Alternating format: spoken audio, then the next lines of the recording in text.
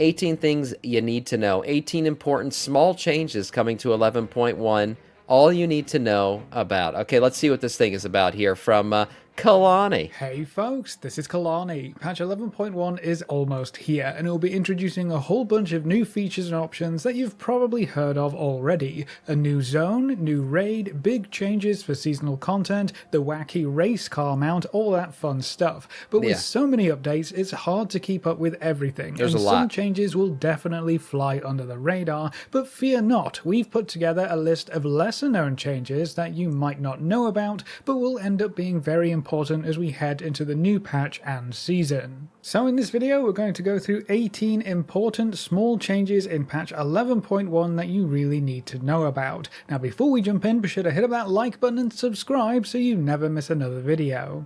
To start with, we're going to see some very important changes for professions. Now the professions themselves aren't really changing too much. We'll still be using mostly the same recipes, doing... I have so many of these. You guys know I have like, I think I have 22 Sparks of Fortune or whatever these things are called.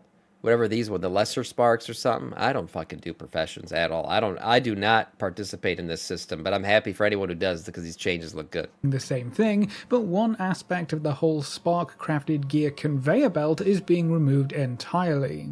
Previously, if you wanted to upgrade the item level of your crafted gear using runed crests or gilded crests, you would have to buy a nascent crest from the enchanting vendor, get it enchanted by either creating a crafting order or just enchanting it yourself if you have the recipe, and then you could use that on your gear with a craft or recraft. One real quick thing. Look at this fucking name. Nascent Gilded Harbinger Crest. What the fuck is up with this naming system? How is anybody supposed to keep up with this shit? I don't know what any of these names mean anymore.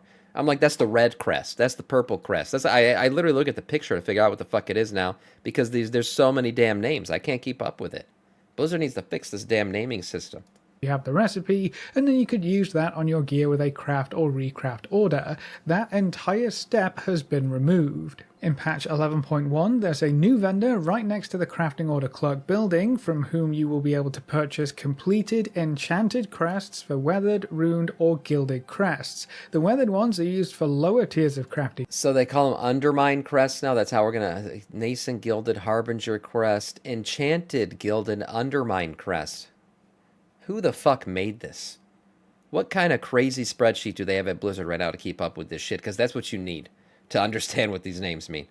Sam, just put on your reading glasses and read the green text, you goddamn discounted beaver. Provides the following property set. Okay, yeah, all right. Yeah, I still think a nice name would be much simpler than that, but sure.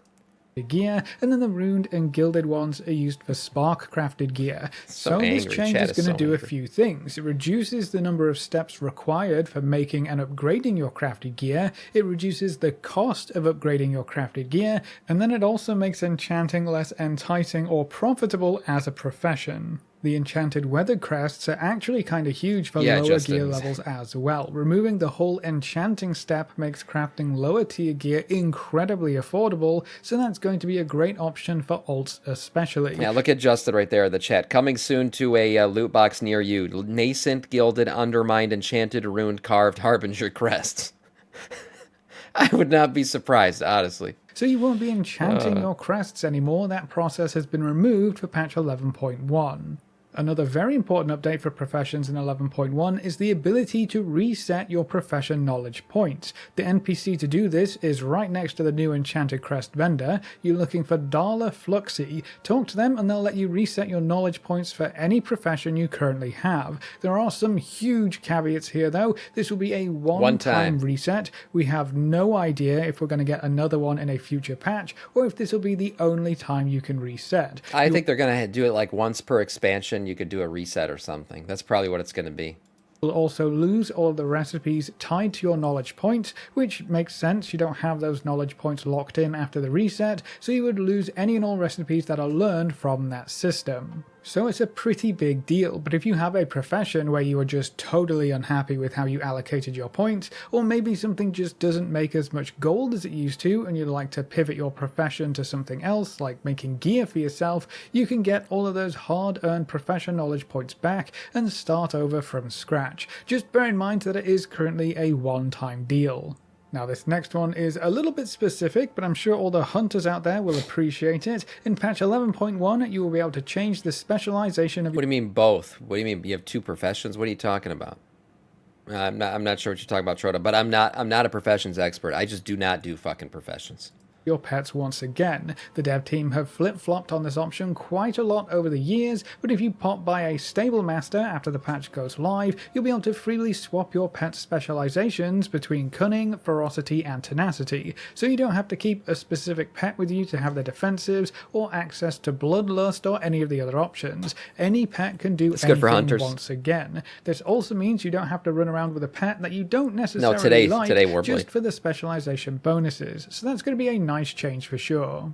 Now, something that everyone will want to know about as we head into the patch is that after you've completed the introduction quest lines for the zone, you'll gain access to a teleporter that can help you quickly move from Undermine to Dornagal and vice versa. So you'll probably be able to keep your Hearthstone in Dornagal, especially as it looks like we'll still be spending quite a bit of time above ground. That's good. Nice little quality of life. I've used the portal a lot to get to what's it called, Narubar and all that shit. So this is nice. Another little portal here marked on the map that we'll be able to use to get to Undermine. If you have two professions, will you only be able to reset one of them? Actually, I'm not sure. But yeah, it seems that way, if I had to guess. Even though the new zone is all in Undermine. This will save you from trekking all the way back down to the Ringing Deeps to take the rocket drill again, so whenever that teleporter becomes available, be sure you unlock it before heading back up to Dornagal. Now, the various weekly quests and activities from Season 1 are also going to stay relevant. This seems to include the World Soul weekly quest, the Titan Archive weekly quest, and the Delve weekly quest. It's a little unclear right now, these could just be available on the PTR, but the World Soul weekly quest has been updated to include content options in patch 11.1, like completing world quests in the Undermine zone. Nice. So this weekly quest will... And you can get a cache, that's good. So this will be a nice way to get coffer keys real quick, too. Remain relevant at the very least. It's also worth noting that the new Fractured Spark for Season 2 has flavor text that mentions they primarily come from weekly caches. In Season 1, these Fractured Sparks came from weekly quests that rewarded pinnacle caches, and when I completed one on the PTR, it did reward me with the new Fractured Spark. So if you're wanting to use sparks to get easy high item level crafted gear in Season 2, and let's be honest, who doesn't, these weekly quests will remain important in the new season. Yeah, this also seems to include other weekly caches like Special Assignment World Quests, the Awakening the Machine event, and the Spreading the Light event. These weekly caches have been updated to reward veteran gear with Season 2 item levels, and they will still be the main source of restored coffer keys for claiming the best rewards from delves. Perfect. I mean, they're basically just giving us a bunch of ways, continuing to give us more and more ways to get the shit that we got to get every week, and that's good. It gives you variety, makes things less stale, and allows you to, leaves the options open to players to kind of do whatever they want to do. So we'll have a lot of new content in patch 11.1, but some older content will remain relevant as well. Another gear-related change that you should know about as we head into the next patch is that the rewards from completing the Season Master achievements will be changing. In previous seasons, when you reached 1600 rating in PvP, defeated the last boss on the raid on Heroic mode, or reached 2000 rating in Mythic This is a really good change. You would get a special token that you could trade in for Heroic raid item level tier set gear. You could pick whichever slot you wanted, and that would usually be a huge upgrade, especially if you were able to achieve one of those requirements within the first 2 weeks of the season starting. We still have this kind of achievement in Season 2 with the same requirements, but instead of rewarding you with a heroic item level piece of tier set gear of your choice, you will instead get an extra catalyst charge. The catalyst charge will allow you to turn a piece of seasonal gear into tier set gear, so in that respect you are still getting a free tier set upgrade, and you can... I think this is better because a lot of times by the time you finish this achievement, you've kind of advanced to the point where maybe you've gotten past tier, the heroic tier level gear, right? Like in terms of item level and stuff, whereas the catalyst is just going to upgrade whatever item level you have. So if you're doing mythic plus, plus 7s and shit and plus 8s and 10s, you're going to get that high level myth track gear. You can convert it over to tier gear, which is better than picking up a heroic level piece of gear. So I think it's a good change. You use your catalyst charge on. So the main difference here is that you now need to get the piece of gear to use in the catalyst. That's not a huge deal, and in some cases it could actually be to your benefit, but it is an important change I figured you'd want to know about. Now with 11.1 introducing a few new options for delves, and specifically for our delve companion Bran, I'll bet a lot of folks are looking forward to running around with Bran in the tank spec. It does work out quite well, especially if you can provide some off heals at the very least, but healing Bran actually saw some huge buffs as well that I haven't seen highlighted almost anywhere. The Dwarven Medicine Heal Over Time effect will now also provide 15% damage reduction for 12 seconds, and the Heal Over Time effect has been increased by 50%, so Healer Brand could still be very good, especially if you stagger your heal pickups to extend their duration as long as possible. And just in case you were worried about Healer Brand pulling too much aggro with this extra healing, his threat generation has also been reduced, so you should be able to keep the focus on you and stay alive with those souped up heals. So I would definitely... The only issue I see now is acquiring the right item or the slot before you could just fill in a missing item. That's true, but I just feel like by the time you got that achievement, that specific achievement, a lot of times you just had maxed out all the slots you need to. By the time you kill heroic level, the final boss on heroic, a lot of times you've got at least some decent slots filled for where tier gear would go, and then you just go convert it. And worst comes to worst, you just hold on to the catalyst charge. You just don't use it until you get the piece you need. Say I'm gonna reach 666 on November 730 max item level. That's yeah. I don't know if that's the actual max, but yeah, I know it's going up a decent amount. Because you have 6 of 6 on Mythtrack gear. As each specialization, especially as you get into the higher tiers of delves, and really pay attention to which spec makes things easier for you. With the buffs to his healing effects, Healer Brand may still be the easiest option unless you play a very squishy class, or if you're playing as a healer specifically. So tinker around with your options and don't lock in Bran as a tank just because it's shiny and new. We're also going to see some changes to how specific pieces of gear work in patch 11.1, including items that deal damage split between all enemies, commonly known as meteor damage. Usually these effects haven't seen a lot of play, especially in dungeons or high target count situations. The split damage just doesn't hold up to stat related trinkets most of the time, so any trinket, unique items, or other effects with meteor style damage have been buffed by 100%, so that's going to be double their current effectiveness. That should narrow the gap in 11.1, so it'll be interesting to see how the best in slot lists develop when the new season starts. Another change that you'll probably want to know about relating to specific gear pieces is a pretty large nerf to the healing effects from your Circe's Circlet ring. Unbelievable. Can we just come out right now and say the Circe's Circlet was a complete waste of fucking dev time and player time? Can we just say that from now? They're nerfing it. The whole thing was supposed to be like it's going to be this powerful item that we keep the rest of the expansion. It was a gap filler. Let's be honest. 11.1 is huge. It's a major patch that's bringing bigger changes than a typical 0.1 patch would. So I understand they had to put a ton of work into it. But the 0.7 patch was a big waste of fucking time. Let's be honest. It was like you did it for a fucking week. You got your Circe's Circlet shit done, and then you were out of there. You could have done this thing in 2 days, honestly. And now they're going to nerf it. So yeah, pointless. Just pointless shit. Not a fan of the ring. I wasn't either. Has been reduced by 33% for damage dealer and tank specialization. The one ring to fool them all. Towards the end of Season 1, there were quite a few strategies that formed around using healing effects instead of an actual healer. There were even Queen Ansarek groups. No one said whole expansion. Maybe they didn't say expansion, but they did say beyond the 0.7 patch. I know that. They did say that it was supposed to continue on beyond this patch, so they're going to nerf it? Okay. On heroic without it's just an item level which stat is kind of crazy. So you can see why the dev team would want to nerf these heals as we head into a new season. Not needing a healer at all seems a bit overpowered. Having the option to equip a utility or healing gem as a DPS should still be relevant, but it shouldn't replace the healer role entirely. So just keep that in mind as you work through the new content in Season 2.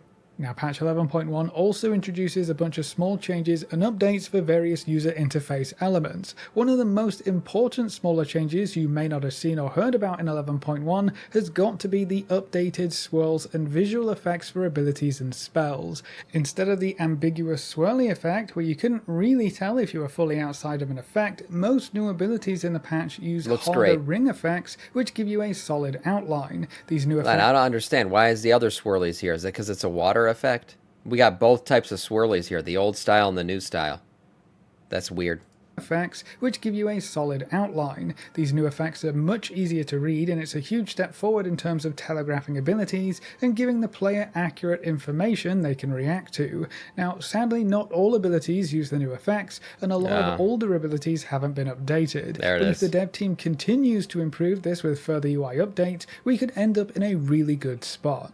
Moving on, there are quite a few updates to the quest log or world map user interface window. We're going to get a new event tab on the right hand side, which shows you potentially rewarding weekly events at the top, and it tracks your progress. So you can see the Awakening the Machine and Spreading the Light events are ongoing. You can see the rewards if you hover over the event listing, and we haven't completed them yet this week. So you can use this event list to keep track of things like that. This is good because I was actually looking for where I could get some caches this week because I wanted to, level up my brand a little bit so I can do Zekvir.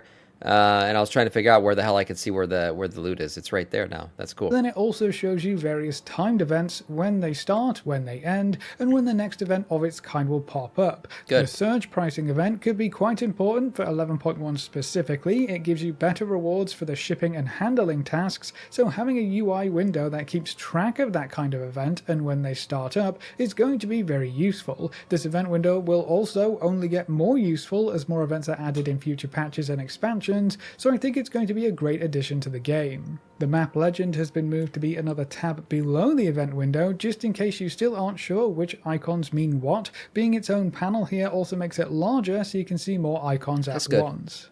And then the last quest log or map changes for the filter menu. When you have things hidden or unchecked in your world map filter, there is now a number that tracks how many things you have hidden, and if you hover over the number, it will tell you which things are hidden as well. So you don't have to go hunting in your filter menu to see what's turned on or off. This could be especially useful if you're trying to find a specific icon or location that you may have accidentally turned off in your filters. There's another change relating to quests that might be important to you. The text that notates whether a quest has been completed on a warband character previously has been moved from the bottom of the quest pickup pane to the top right of the panel. It's the red bonfire with the check mark. I never even noticed this, and maybe that's because I don't play alts, so this would never be relevant to me. But that's cool. It shows that you've completed it on your warband.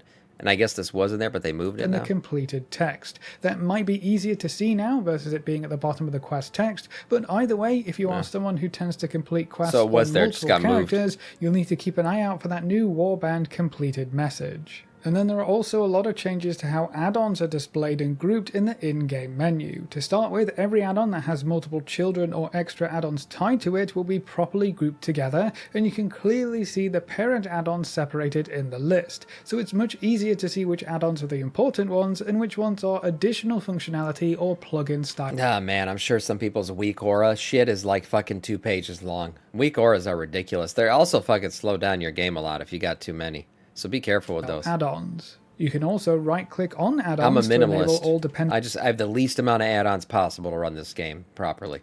All at once, so you don't have to go through them individually and find the ones that are needed for other add-ons to work properly. You can also enable or disable entire groups of add-ons all at once, or set them to their default state. Another interesting addition in this menu is the add-on resource usage at the top. You can see your add-on's current, average, and peak CPU usage, so if you've ever been in a situation where one of your add-ons is just totally destroying your frame rate or making the game stutter or cause any other issues, you can take a peek at those usage markers to see if anything is eating up more resources than it should. What's really handy is that you can actually hover over each add-on in your list, and it will give you specific info about that add-on and how much average CPU it's using, as well as how much memory it's currently using. So you can narrow things down even further, and this just gives us more information about how... you guys make me fucking laugh, because fucking Malden Brewski coming in here saying also you have the least amount of hair follicles. I mean, my God. I'm trying to talk about fucking changes to the game. You guys just ripping me for fucking male pattern baldness. Unbelievable.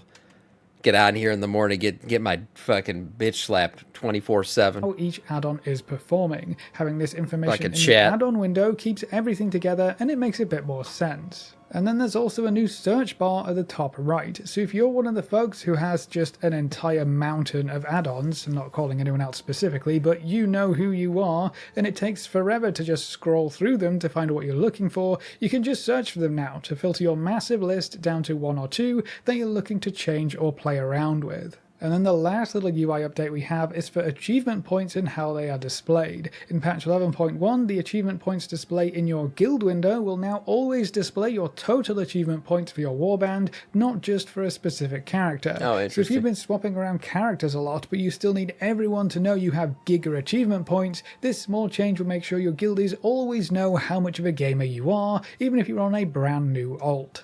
But that's all of the important small changes coming in patch 11.1 we think you absolutely need to know about, so that's it for this video. Are there any changes on this list that surprised you? Are there any other changes coming in the patch that you think should have been included on this list? Leave all your thoughts in the comment section below. A big thank you to all of our supporters over on Patreon and to all of our members here on YouTube. You can see the names floating by on screen. If you're interested in supporting the channel, you can find links in the description or click the join button just below the video. If you enjoyed the video or found it useful in any way, make sure to subscribe and ring that notification bell so you're always kept up to date. Thanks for watching, folks. Good luck and have fun, and as always, I will see you next time. Yeah, there is a Zekfir account in my fucking chat. A nice video. Any of the changes that surprised me, probably the Cersei Circlet nerf, but I think it's only related really to that healing, the healing gem that you can put in it, which is whatever, but I still think that whole thing was a waste of time. Anyways, nice video from Kalani, excited for patch 11.1.